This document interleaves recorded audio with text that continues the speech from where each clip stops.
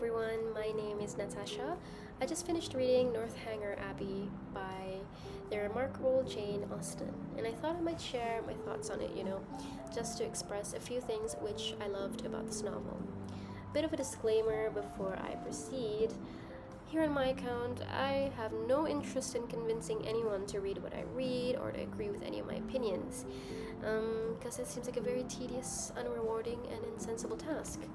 And I'm not here to give an educated criticism on literature. I just like to talk about things that I enjoy and like, and yap about anything that I love, really. And this account is kind of a sacred space for me where I can improve my articulation skills, get comfortable with speaking up, and just step outside of my comfort zone, really. And practice being unapologetically myself. Now on to the novel.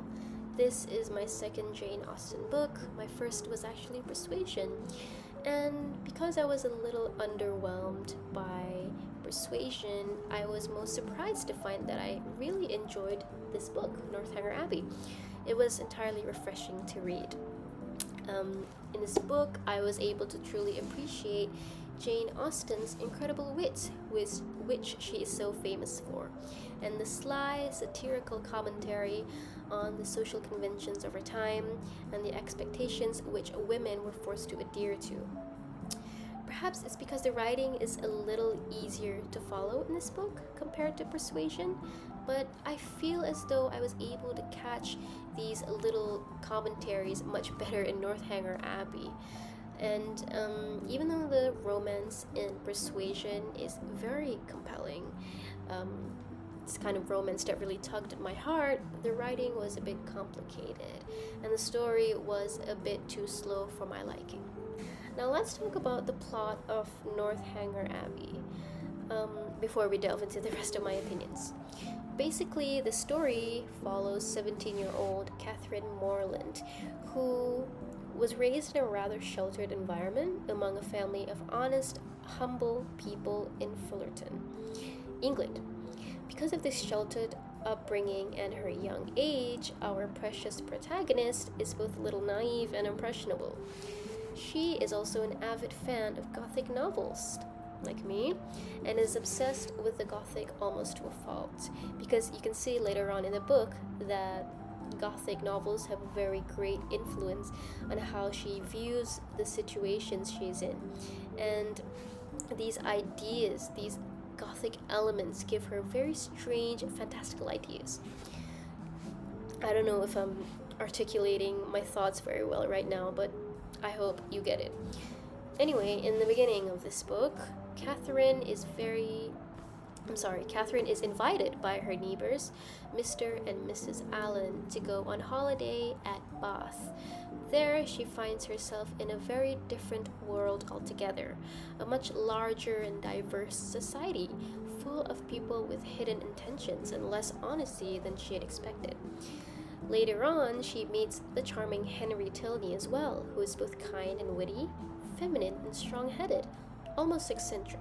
Unlike most of the men of his time, Mr. Tilney is unashamed of his love for novels, and he's strangely enough knowledgeable about muslins and the fabrics which are used in women's dresses. And I guess this is considered a very unusual trait, one which the society of his time might consider unmasculine. Now, with strange new personalities in Catherine's circle, Catherine learns more about friendship, love, betrayal, and the nuances of humans and the human nature. Basically, she kind of slowly grows up and blooms into more of a mature young woman, and she gains a good amount of experience in this society outside of her provincial life in Fullerton. Now, moving on to my thoughts about this book. First of all, the very storyline and how it describes Catherine Morland is actually what convinced me to read this book. I've always been inclined to female characters who are perhaps a little young and inexperienced because I enjoy witnessing their intelligence, their confidence, and their desires being shaped and strengthened by the journey which the story they're in compels them to embark on. Immediately, I'm thinking of Jane Eyre, obviously. These characters are thrown into such new and alien paths. They become so changed by both the good and the bad in it. These these stories forces them to grow out of the mold they were originally brought up in.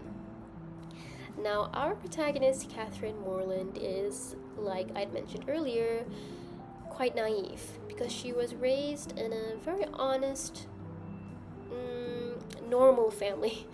And I wouldn't call Catherine ditzy because I felt that the word ditzy itself has a misogynistic undertone, but it's really evident in the book that Catherine is sheltered, naive, and innocent to a fault. For example, in certain parts of the story, Catherine fails to see how she's being manipulated by people. And even when she actually does see it, she kind of lacks the confidence to confront those people who are wronging her. Because of her nature and the way she was raised, Catherine tends to insist on seeing the good in people, even when those very people have overwhelming evidence of bad qualities. Ironically, she also goes to opposite extremes sometimes when characterizing other people, just because she's so influenced by Gothic novels. As a reader, you can see this when she's invited by Henry Tilney to Northanger Abbey.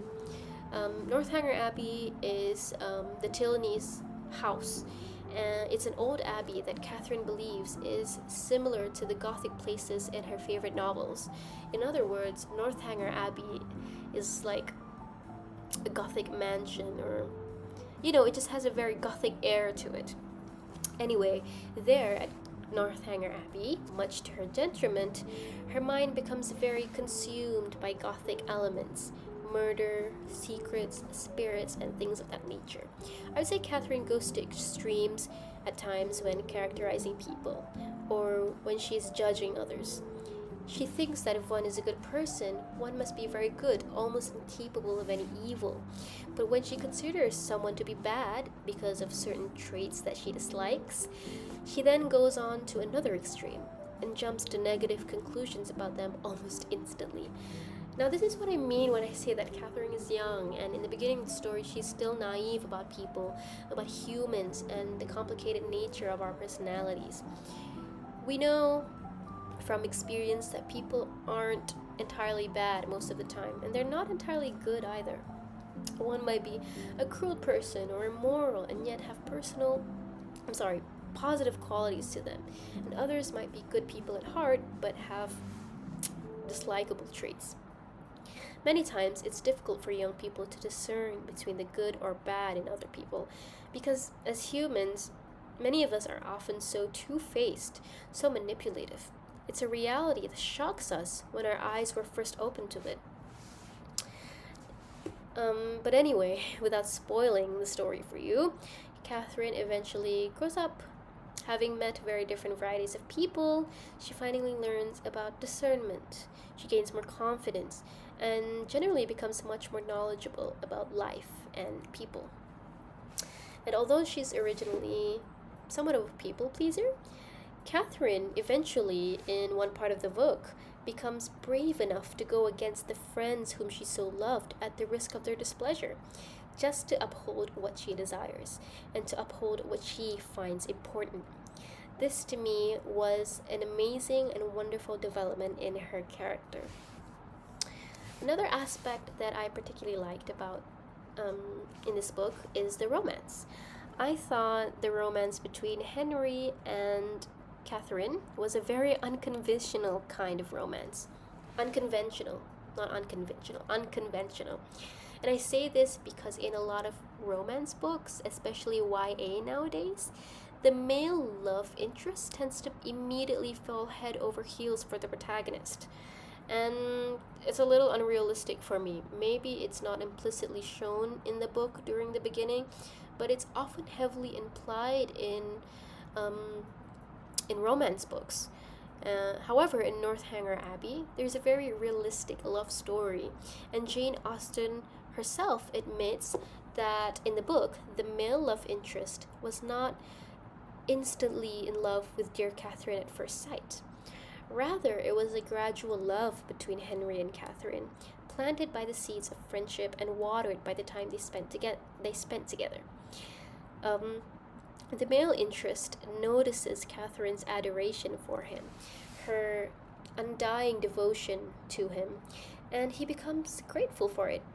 It's even mentioned in the book that Henry finds Catherine irresistible for it. And by that I mean her devotion. This is a classic friends to lovers trope, and honestly, I found it super adorable.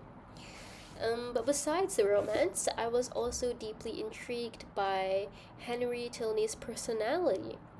He's funny, intelligent, and unashamed of what he likes. He was a little strange, maybe different than most of the men in his time, and I thought that was what made him unique. And Catherine and Henry actually have a discourse in the book about how men tend to overlook novels, and men during that time considered novels to be a waste of time and unintelligent in nature.